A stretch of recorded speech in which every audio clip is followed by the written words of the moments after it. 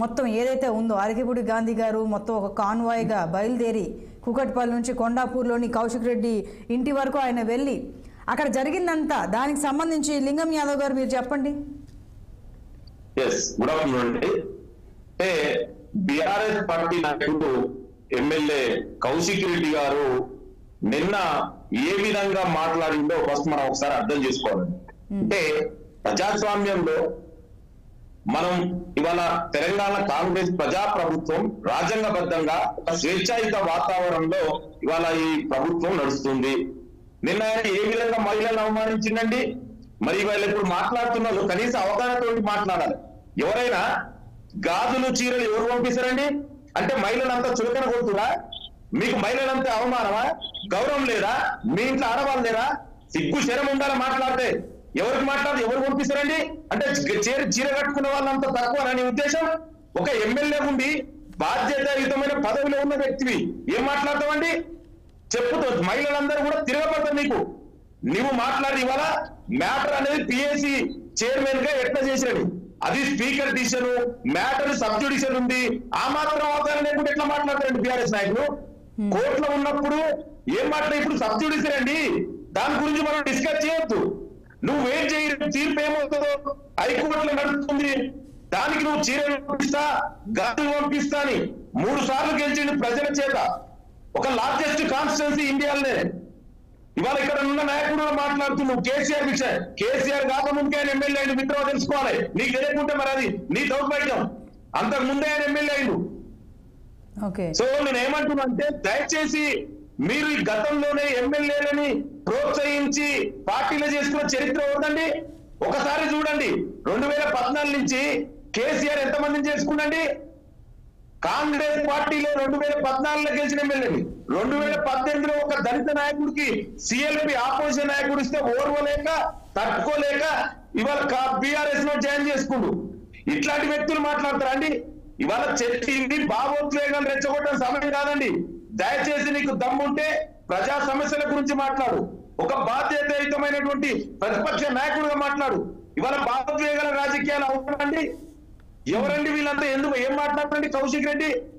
మరి వీళ్ళే కదా గతంలో కేసీఆర్ ఆంధ్రాకు పోయి ఆంధ్రాలో మనం కలిసి ఉండాం, అక్కడ పోయి వచ్చి రోజా పెడితే తినొచ్చింది ఎవరండి? బేసిల్లు లేవు, భేషజాలు లేవని. అంటే ఇవాళ మనం కేసీఆర్ ఆడుతున్న డ్రామా ఇదంతా కూడా. దయచేసి మనం అందరం కూడా మీ టీవీ ఛానల్ ద్వారా తెలంగాణ సమాజాన్ని అందుకుని విజ్ఞప్తి చేస్తున్నా.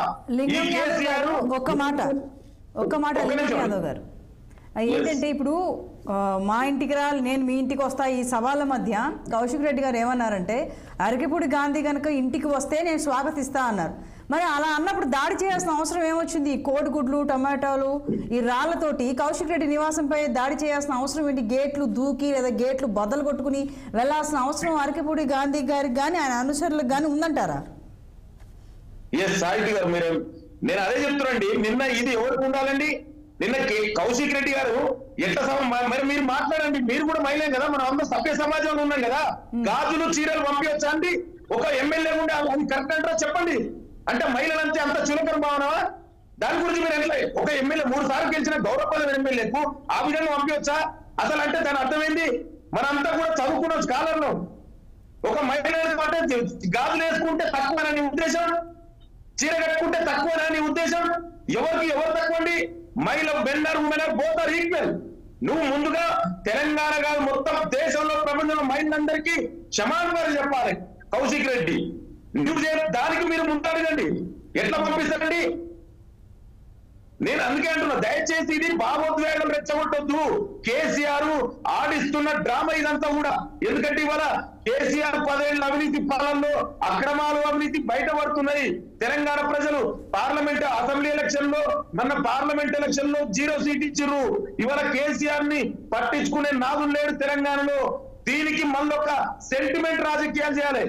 దీనికి ఇవాళ దాని పడుతున్న పావుగా కౌశిక్ రెడ్డిని వాడుతుండు.